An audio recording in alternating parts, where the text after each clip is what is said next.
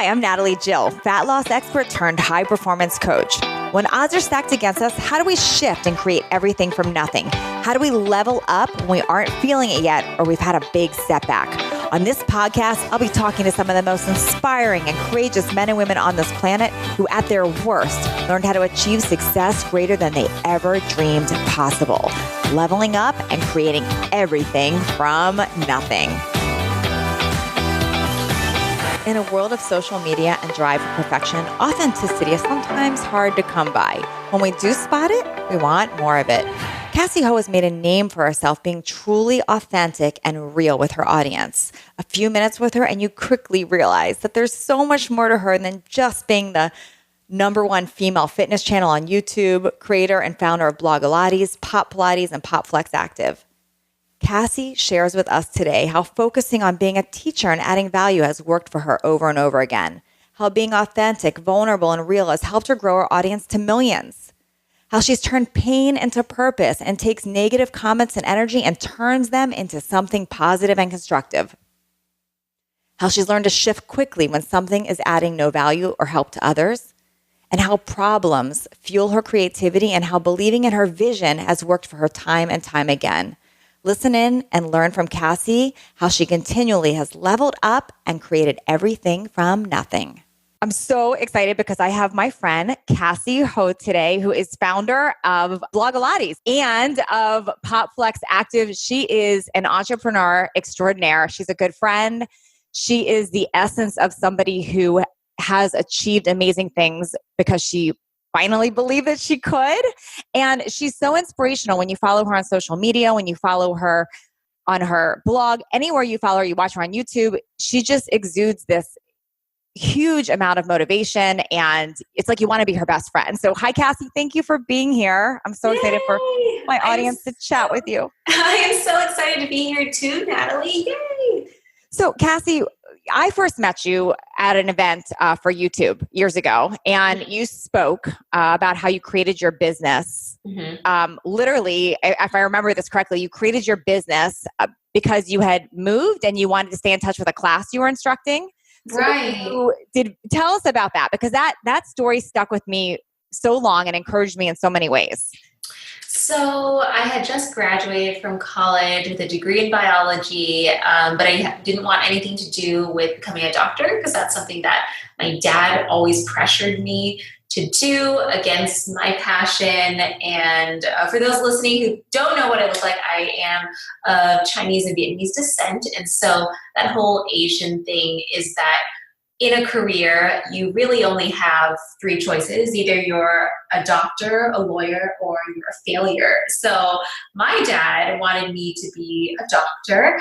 But anyway, I decided that's not something that I really wanted to do. And so after I graduated from college, I ended up solidifying or securing a job in fashion buying. And I've always wanted to be a fashion designer. So it was the closest thing I could get to fashion right out of college. And during this whole time, though, I had been teaching Pilates throughout college as a certified instructor. And before the big move from LA to Boston, I was really sad that my students wouldn't be able to take class with me anymore. And they were really sad because no one else taught Pop Pilates. And at the time, I was the only person teaching that format, which is Pilates to pop music. So it's kind of like a dance in that feeling. Anyway, so I thought, okay, well, why don't I record a little video of a workout and put it up on some website called YouTube, and they can go see it whenever they miss me. And that is literally when the first blogilates video got posted. It was May 2009, and literally it wasn't supposed to become anything else except for a video for 40 people at 24-Hour Fitness. Oh my gosh. So it's crazy because people would, if you Google like top fitness person, like you come up, you are the top fitness influencer on YouTube and in so many places.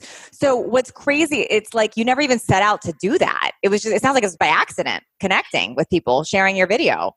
Yeah, it's always about leading with your passion, leading with what your gut tells you. And a lot of times you don't have a plan and you just keep doing more of what feels right and doing less of what doesn't. And it sort of leads you to the right place because oddly enough, posting that YouTube video and then creating this audience and having this community eventually led me back to fashion design. And so now I'm designing activewear. Like it's crazy how life can really work. They just got to trust yourself, trust your gut, and just keep doing what makes you feel good. So you never sat down initially with a business plan. That's what I'm hearing. No. You didn't have that. You just knew. No. Right now we run 4 international brands, and I never wrote a business plan for any of them. Wow. So you are the definition of ready, fire, and then aim. Seriously. I mean, look, in this day and age with social media, you try something, you get feedback, and then if it works, you keep doing it. If it doesn't, then you don't. But I think a business plan is great. I think it's really good to know if you're going to be profitable. But for me, I just felt like, let's just give it a shot.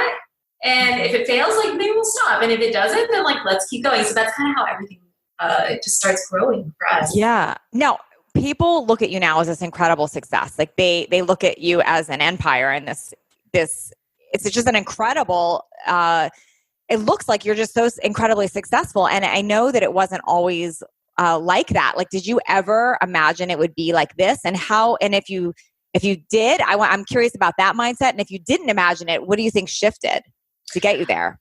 So as a kid, I've always been the super ambitious one in school, sometimes a little bit too ambitious that my fellow students wouldn't like me.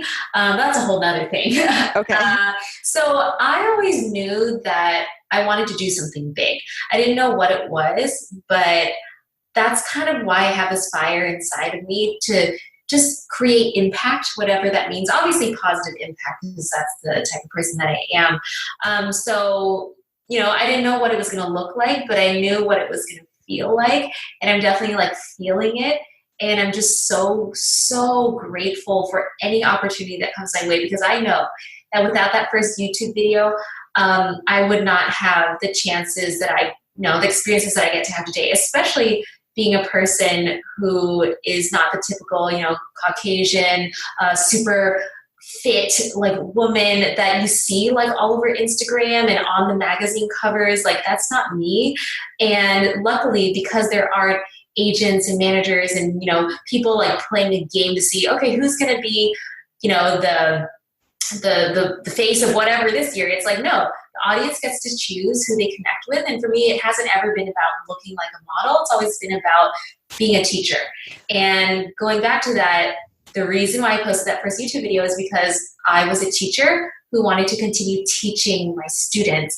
And that mentality and heart of wanting to continually give, I think it's really been the force behind why things keep growing. It's from that integrity. So what I'm hearing is a theme is about the gratitude first and foremost, and then always coming from a place of giving and teaching and adding value versus what's in it for me. It's almost like you had a vision, but you weren't even looking at how it would benefit you at the time. Yeah, no, I mean, at the time, the only thing we had going on besides, when I say we, I say me and my now fiance, we met in college.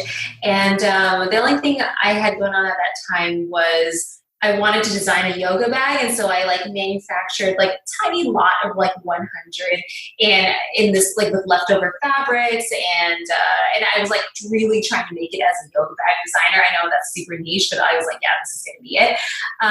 And so that kind of was my plan, if any. It was for those yoga bags, and what ended up happening was blogilates eventually it took years, a couple of years to sort of quote unquote take off. But even so, it's always been a very gradual progression.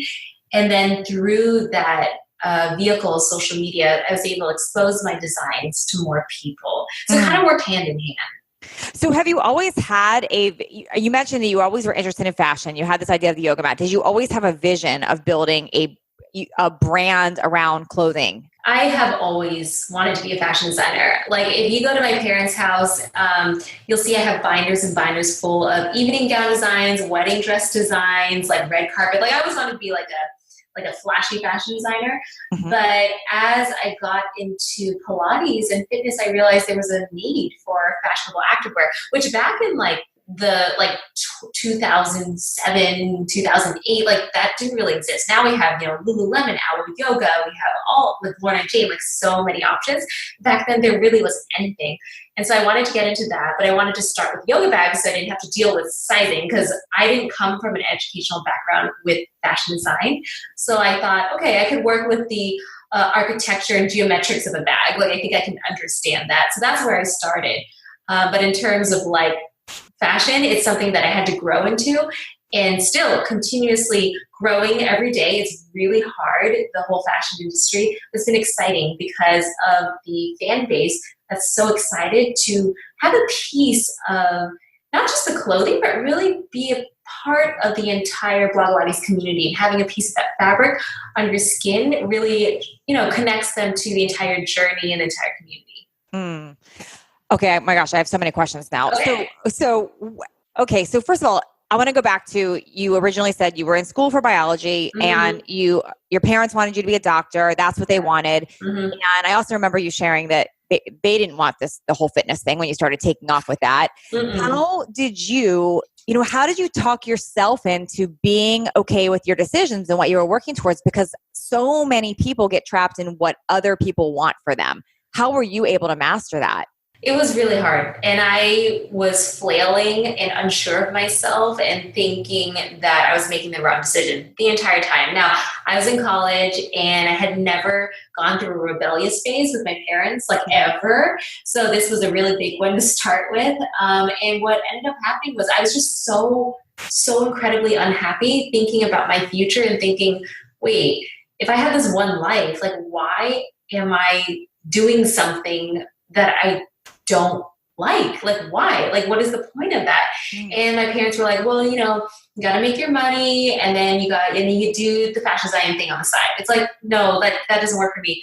I got a tip from an entrepreneur that I met who came to speak at our school, and I talked to him afterwards and he told me, Cassey, like if you never give yourself the 100% chance to succeed, you will never know. And that hit me so hard, and I was like, right, I just got to go for it. I got to go for it. And if I fail, at least I knew it wasn't meant to be, right? So that's the moment I decided that I need to stop even trying to explain to my parents why I don't want to do this, because clearly they weren't listening to me. And I'm talking about like 2.5 years of screaming and yelling and crying on the phone and trying to explain to them, like, I really don't want to do this. What I ended up doing was telling myself, Cassey, don't be weak. You got to sabotage yourself so you never have to step into this again. So the last class that I needed in order to take the MCAT was organic chemistry. And I decided that I was 2 weeks into class and I was like, and I'm going to drop out. Wow. And this was going to ruin my entire perfect scheduling for the testing and applying and all of that. And I just did that. And my parents were like, what is happening right now? And we basically didn't talk for a really long time. And they were really disappointed in me. And I was really upset too. And not sure, like, did I just do the right thing or not? But you know what? I did, because it was like freedom. The moment that I did that, I knew that there was an entire world of possibility around me. Wow.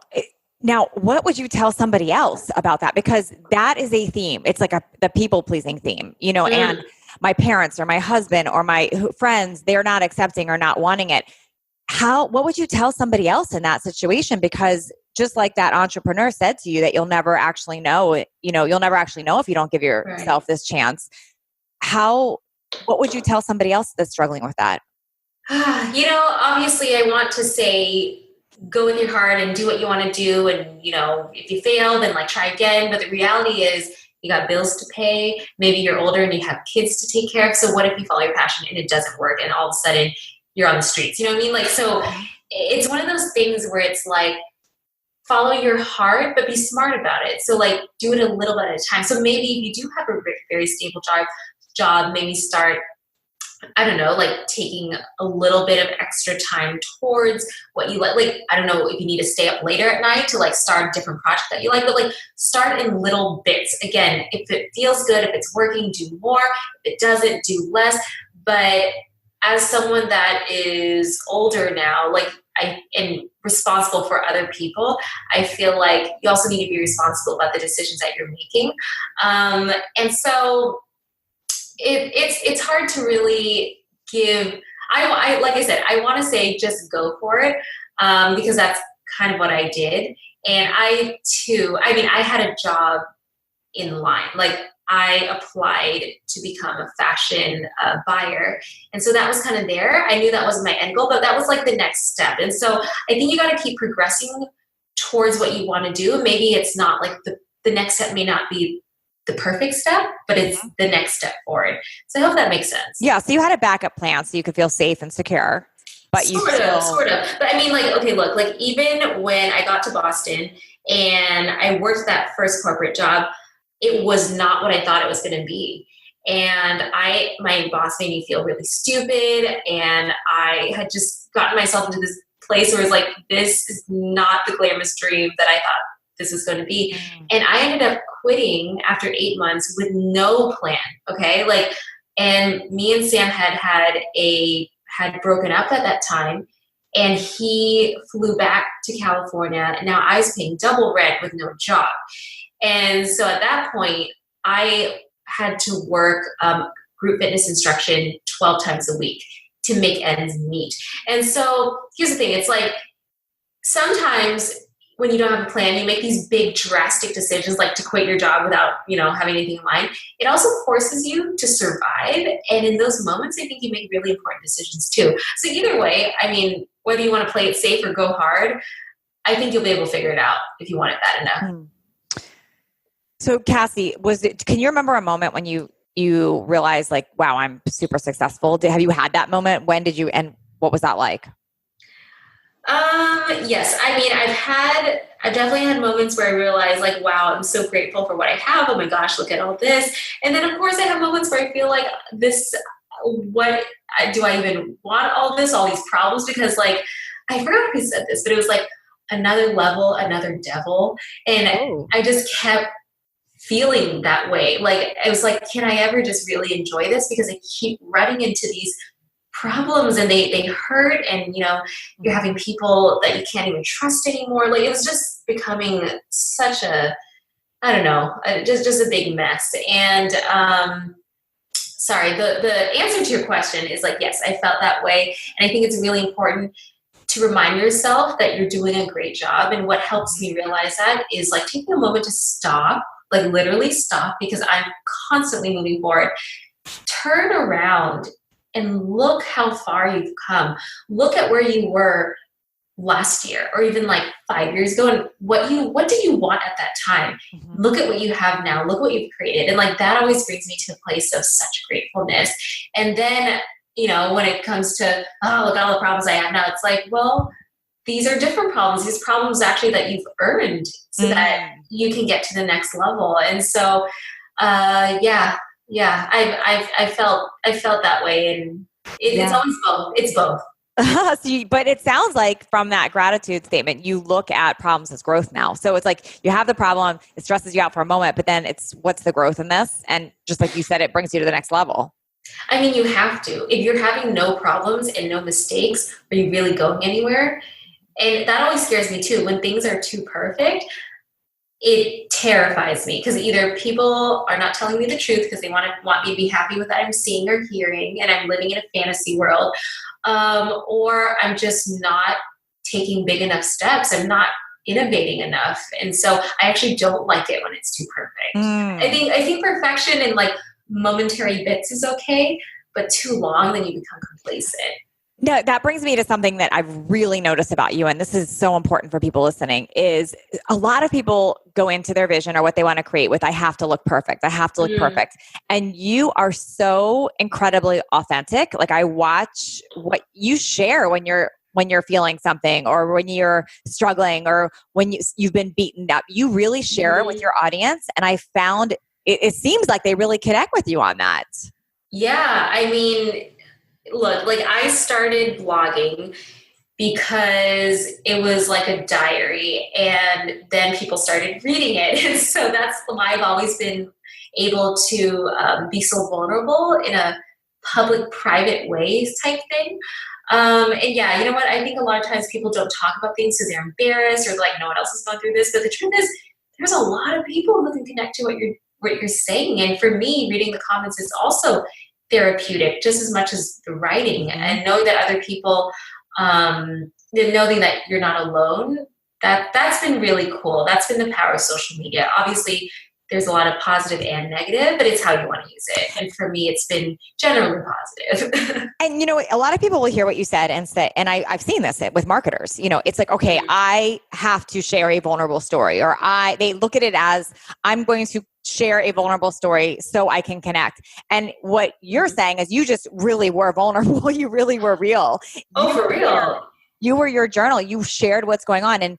And do you find that when people share what they're scared to share about, that's what works? Yeah. And I think authenticity works. Being able to break down your walls and be like, hey, this is me and I'm broken and this sucks. Like, people, that's human. Like, people want to know that things aren't perfect. And so, yeah, I think it works. But, it's interesting what you actually just said. I had never really thought about that, about how sometimes people plan their imperfect moments or plan their, even like those, those like before and afters where it's like, this is me and this is me 3 seconds later with like a food baby. Yeah. But then it's like, I think the first few that came up on Instagram was like, wow, that's cool. And then it's like, now everyone's doing it and it's like every week and it's like the same people. And I'm like, are you really giving any more value with those types of posts? I mean, it's fine. I think it's good, but it's like, where's the authenticity in that? Because they saw it worked for someone else. So it's like, okay, I want likes too. I'm going to do that. Right. And you can tell when somebody's really being vulnerable and sharing. And that's what I feel draws people to your social media and your videos. You really, truly do share what's going on. And people really can relate. I mean, what stands out to me is even the video about the Photoshop. I loved that video, and I'm going to make sure I put a link so people can see what that video was. But that was incredible with that when you shared what people are trying to live up to. Totally. And that was like a time when I was getting a lot of online harassment and people just like making fun of my body and saying like, why don't you have a six pack? And why do you even teach fitness if you're so fat and all this crazy stuff? And I was like, excuse me, like, you're going to attack my career like that? When you attack my career, like that goes on to another level. Yeah. Okay. Because like my body is my body, fine. Whatever, you can think whatever you want, but do not ever say that I shouldn't be doing what I'm doing because of the way I look. Like, no way. And so that got me so upset that I took all that negative energy and was like, wait, why don't I use their comments against them and create something out of this? And so I took those comments that you see in that video of people saying, you need to have a smaller waist or blah, blah, blah, you need to have a bigger butt. I took those comments and I was like, okay, fine. You guys want to see what I would look like if I looked exactly how you think I should look? And so I worked with a director friend of mine, James Chen, in Smashbox Studios, and I pitched this idea to them. I was like, I want to take people's comments and Photoshop myself in video, and let's see what impact that makes. And they were so on board with the idea. We immediately got to shooting within a couple weeks and had the video out within like a month because we were like, this is so important. This message needs to be heard. And when I released it, it was really more of a cathartic moment for me. Yeah. Almost like, personal blog post where it was like, oh, people, like, this is how I feel. But then, and this was totally unplanned, it started getting shared by a bunch of people. It ended up being on Good Morning America, all over the news. And I was like, whoa, okay. Like this like incredibly vulnerable, like terrible time. And I was like curled up in fetal position crying. Like it was just bad. Like I hated this entire thing. I was like, should I stop? This moment turned into almost like a moment for a lot of women who are like, that's right. Like, I don't need to look like how society wants me to look. Like, screw that and screw you. Like, I'm doing me because that is what makes me happy. It's not my physical shell. It is who I am. I just got chills because you've heard the quote about turning your pain into purpose. You live that, it sounds like. I mean, you do. Sounds like you're human. You have the pain and then you just completely rechannel it into purpose. That's incredible. Yeah, you know what? It's like, it's energy. It may be negative energy, but it's still energy. So you can transfer it into something else and transform it into something else. And I just feel like either you're going to let that energy crumble you or you got to be like, hey, I'm going to let it build me. Here we go.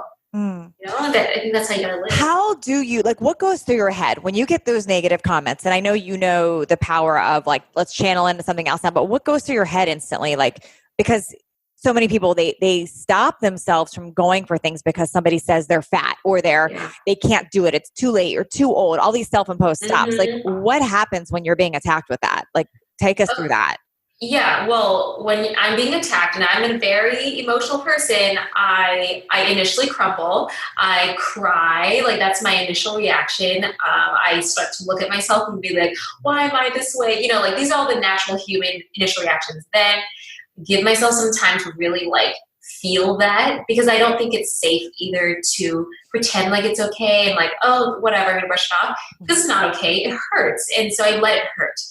Then once you feel those feelings, I'm like, all right, got to pick myself back up. I got to get out of this hole. And luckily for me, my fiance, Sam, has been he is the perfect person that I need to get through all this, because he reminds me, hey, like, you've done a lot of great stuff. Like, let's get out of this. And then this is a really cheesy, but things that make me really happy immediately is Disney music. And so he'll put on like a Disney song, and then he'll force me to get out of fetal position and like force me to get up. And then maybe he'll try to like dance with me and be really stupid. And like that gets me laughing. And then, I'm like in a better mental state.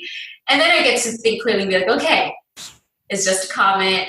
What does this mean? How can I use it in any positive way if it wasn't a hateful comment and it was really just constructive criticism? And then you really like lay things out, and then you just move on from there. And that's kind of the process that I go through. But I think the most important thing from that whole thing is that you have to allow yourself to feel those things. Yeah. Or else it's gonna stay there and stay there and stay there until one day somebody does something real small that reminds you of that, all that hatred, you just blow up, because that's happened to me before. So don't pretend like it's okay. Like, it's not okay, but find a way to get out of it. So feel the feels. Feel the feels. You gotta feel the feels. I love that. Yeah. Have you had, and I want to know about failures. Have you had failures? And I'd love to know if you have your biggest failure and what you learned from it. Let me see. I've had a lot of failures. I'm trying to pick which one now. That makes me feel better. That makes me feel better. I want to know that you are human and have had failures. So for sure. I think on like a business level, I've had, I think this is maybe 6 years ago or something like that. I wanted to start the next like Facebook of fitness. Big dream, right? Okay. But I am not a coder. I'm not a developer. I'm a visionary and a personality and a teacher, and but I knew exactly what I wanted. So we did end up hiring a developer who was like, yeah, sure, I can make this happen.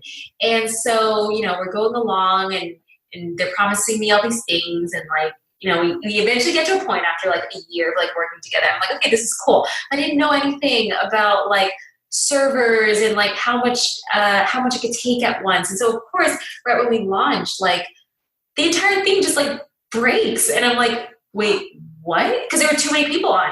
Oh my gosh. And it was crazy. And then now fans are getting really mad because they're like, you promised us we're going to have this like community, and like doesn't even work. And it's just like, oh my gosh, like I have definitely stepped out of my comfort zone like way too far.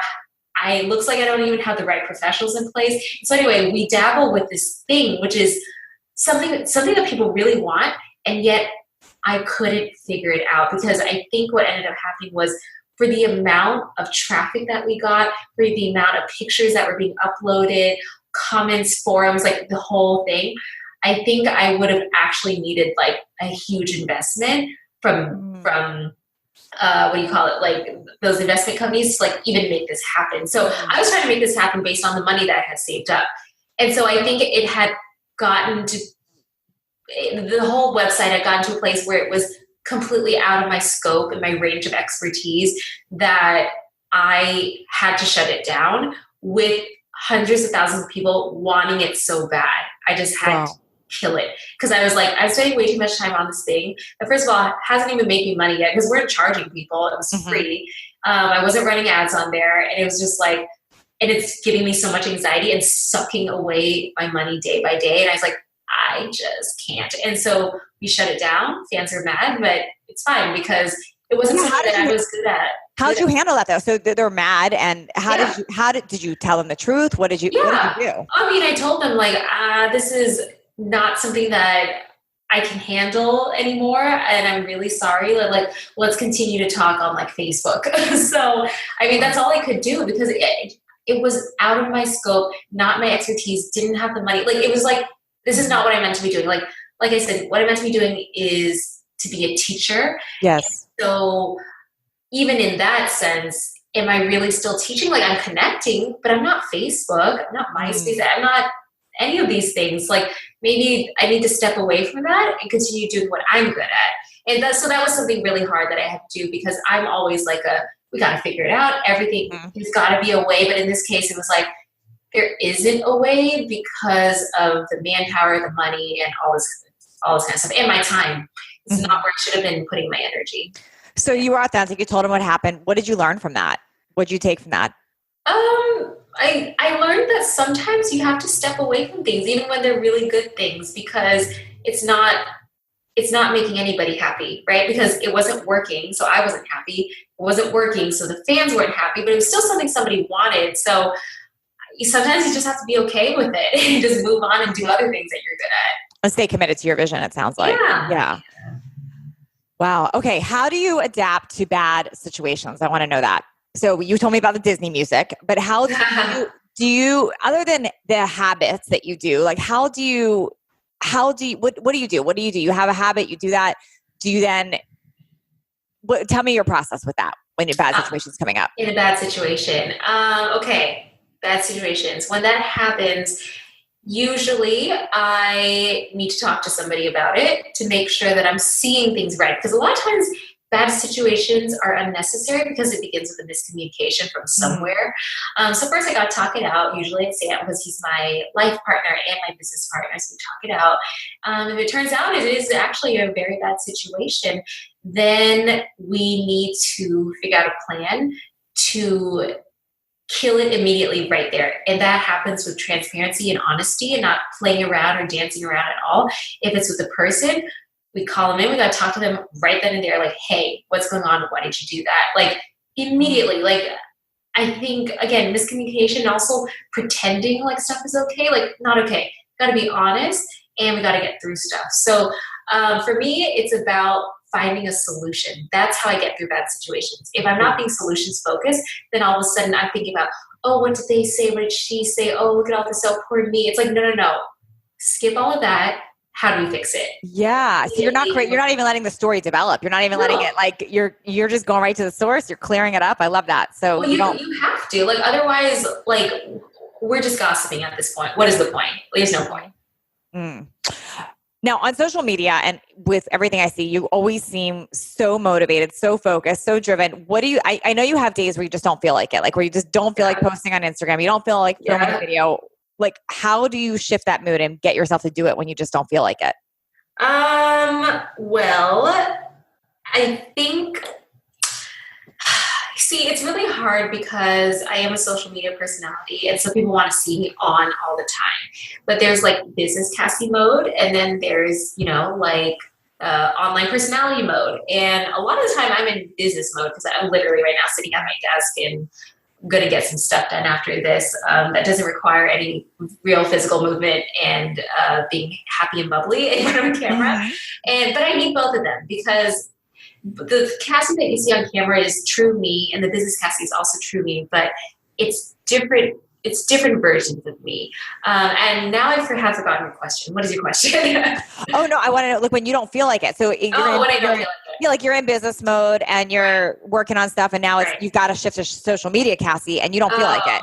What do you do? So I think what helps too is we also plan out when our shoots are, so I know what mode I need to be in.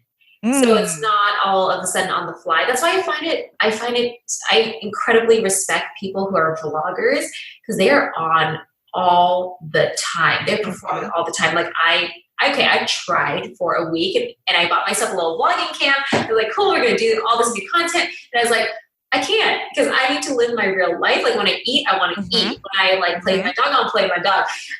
And so even then when we talk about going on Instagram stories or Snapchat, like that's supposed to be raw and real. But then again, it's like, it's also produced. It's also me not living life. And so for me, it's about planning out our content so that I know when we're doing a live, when we are filming a YouTube video or whatever. And then sometimes I'm more loose and I'm like, okay, cool. I'm just going to do whatever and show people what's going on. Like when I'm traveling, I think that's a lot easier. Yeah, so that's how you do it. It's through planning. And I also noticed about you, and I love that you share that because it's not one way. You don't have to be a vlogger. You don't have to be a planner. You could choose like what works in your lifestyle. Yeah. What I love about you too is I've seen you many times like decide, like I remember when you did the vlog and I remember when you've gone down path with something and I see how quick you will shift and everyone's fine with it if it's not working or you don't want to do it or it doesn't feel right. It's an amazing skill you have with that. Wait, what do you mean? I've watched like when I remember you did the vlog, when you did your vlogs, okay, and then you went back to what planning your schedule and doing more of that, and nobody skipped a beat with you. It was like, oh, that's amazing. She did a vlog, and now she does this. So it sounds like you really are great at being. You're just committed to doing what works well with you and with your audience, not like what somebody says I should be doing right now. Like, yeah. And then I need to, like, it doesn't work. We got to shift quick. Yeah. Like, there's no point. You're very good at that. And I've seen, because I've seen people drag out something because they think they should be doing it. And I watch you shift a lot quicker. Yeah. I think a lot of times people get married to a certain idea and it may not even be what other people think they should be doing. They're married to an idea that they think they should be doing, which is even harder. And for me, it's just like, if it's not giving value to me or anyone else, we just got to stop. Like, period, and like move on. And there's so many ideas. And like, I'm full of ideas every day. Like there's so many things I want to do that I'm not even doing right now. So it's like, then why not let's just move on to the next thing. See if that works. Yeah, you're incredible at that. I've got questions about some habits because I want to know how you like how do you start your day every day? Do you have a routine? Ooh, yes. So I wake up around 6:15, 6:30. I'm trying to be a morning person. And my new routine is that I'm a morning worker outer, which I'm so proud of myself for, because if you just backtrack 3 years, I used to go to sleep at 3 o'clock or 4 o'clock in the morning. Like, whoa. Bad. And I had major like gut issues, like lots of acne, like, bags under my eyes and just like literally killing myself. And that means I would still wake up at like 9. So it's not like I had like a lot of sleep. So anyway, when I started shifting my routine to become a morning person, now my digestive system is better. My skin looks better. Anyway, it's just been better for me. But it starts out with a morning workout. I usually, do a PIT routine or like a weightlifting routine in the morning. So PIT is Pilates intense interval training. So it's Pilates moves and also body weight cardio moves I do. It's a 28-minute workout. So I'm like done and ready to go, especially when I don't have time. This morning, for example, I got to the gym and I did some sprints on a treadmill, and then I did some back and arms because I'm trying to get ready for the wedding and my dress is backless. So that's what we're doing right now. And then went home and got ready and drove to work. And normally I'm not a breakfast person.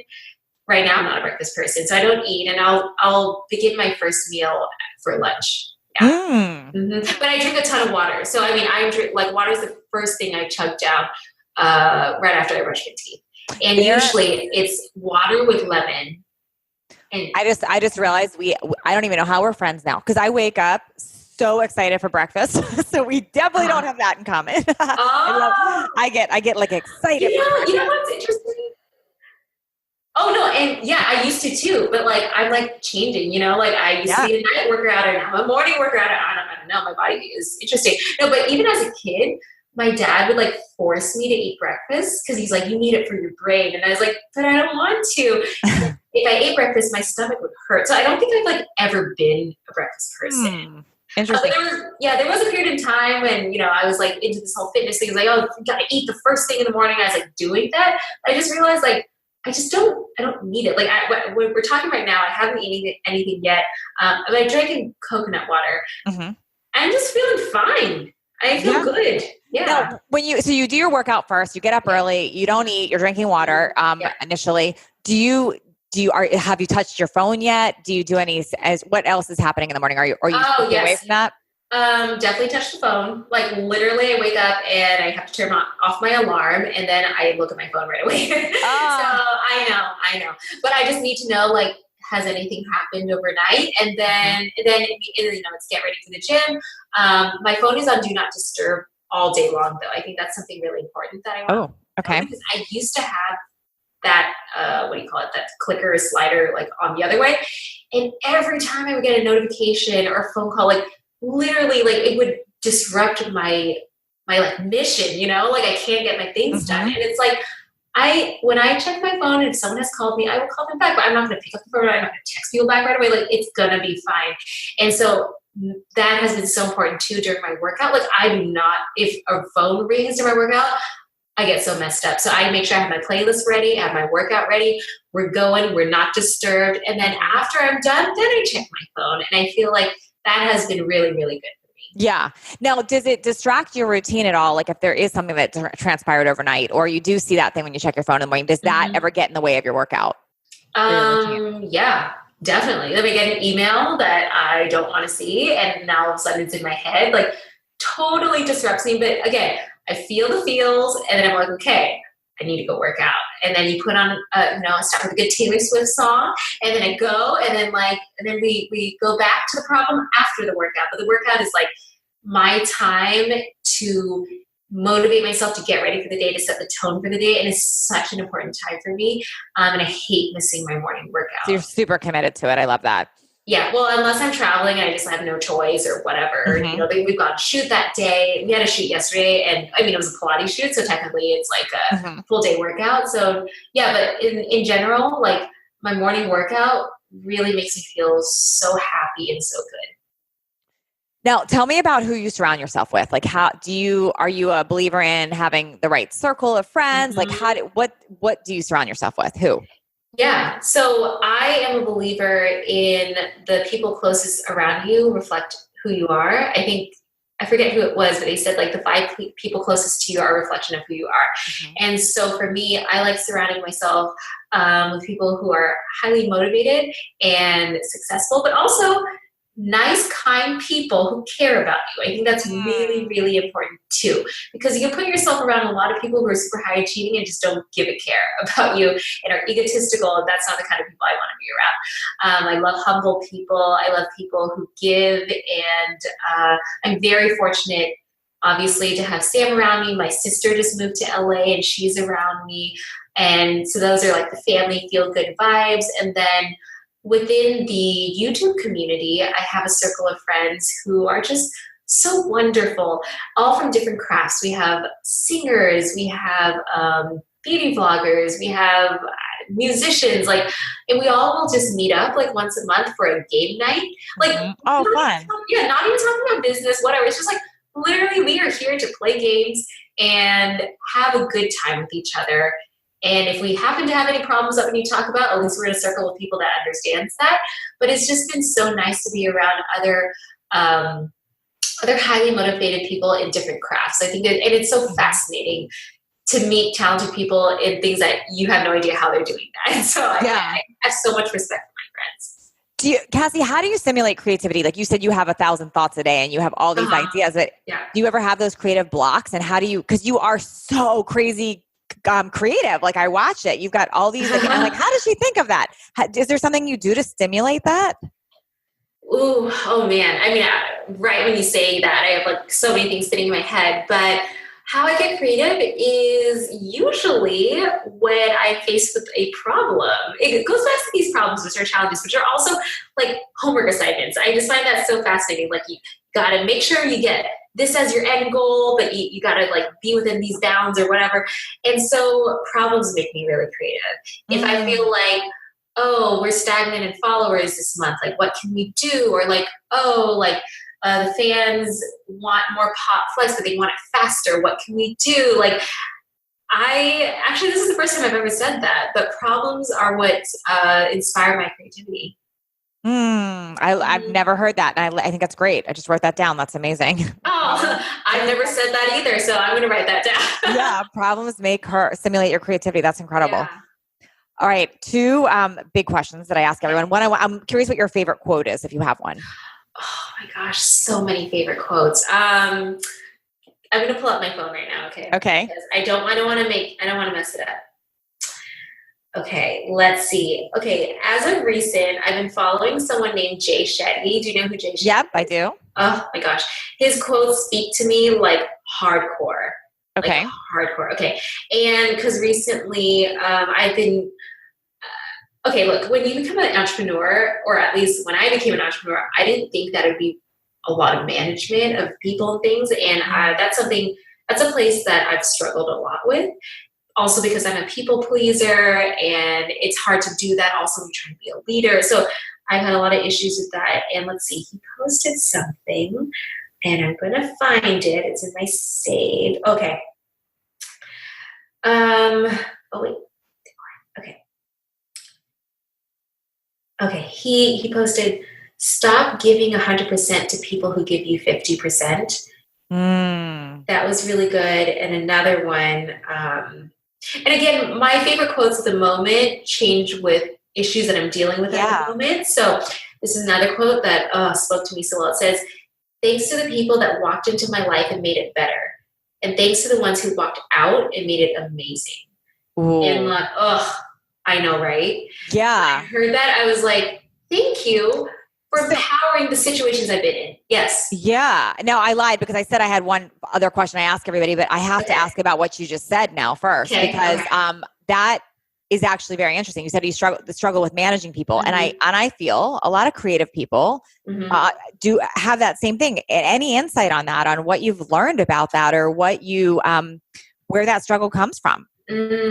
So many things I could say. One, I think I've learned that being a good person who actually cares will always outweigh skill and talent when it comes to hiring. And that's a mistake that I made, that I have learned now. So that's one. So you said you would hire before because they care and they're a good person. No. I'm sorry. The other way. I hired for talent and didn't give the time to develop. Got it. Like that, or to see if they were a person that actually cared about your brand and your business, or were they really themselves. Yeah. And so that has hurt me, and it has not just the business, but I'm talking about emotionally, spiritually. Like, it broke me and almost made me feel like should I even be the CEO of my company? Like, it took me to a point where I wanted to just quit everything.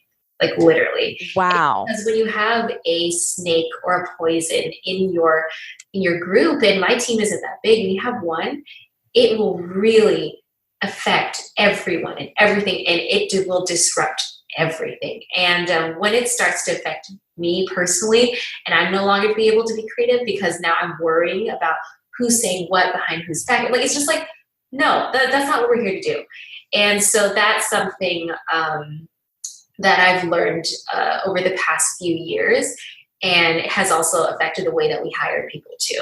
Wow. I'm so glad you just shared that, Cassey, because really you're not alone with that. And I think a lot of entrepreneurs beat themselves up thinking that they have to have it all together. Why did I do this wrong? And I think it's a common theme. So I love that you shared that and learned that. I'm sorry you experienced it. I can share. I, for one, have definitely experienced exactly what you're talking about. And many that I've interviewed have as well. So I'm glad you shared that. Okay. So the final question that I ask everybody is because somebody listening right now is for sure thinking, I love what you shared. However, I'm in a really bad place right now, whether it's financially or nobody's believing in them or their business failed. Things are just not working. And I'd love to know your take, what you would tell a friend. You know, if there's 3 pieces of advice you'd give to somebody that is in that rock bottom place right now, that has a vision. Okay. If you have a vision and you're in a rock bottom place, first off, find someone that you really trust and that cares about you, and like, just talk it out. Talk out like, what's going on? Why are you feeling this way?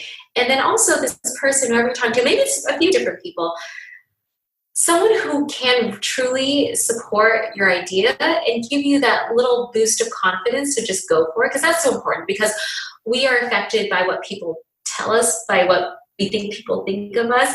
And it can become really dangerous because you may never take that next step because you think it's a stupid idea just because somebody said something. And so you got to get someone who's on your side and who will believe you, but also not blindly and stupidly believe you. Like if it's a bad idea, I hope that your friend or whoever will tell you, hey, you might want to rework that. That's really important too. So that's step one, surrounding yourself with positive people, supportive people. Okay. And then step two is take the leap. Now look, it doesn't have to be a huge leap. It could literally be like, hey, start that Instagram account and don't even post, or like get that URL and don't even do anything. Like the little things. And little by little, you build, and maybe every day you do one more little thing. I think sometimes people think it means I have to drop everything and start anew, and here we go.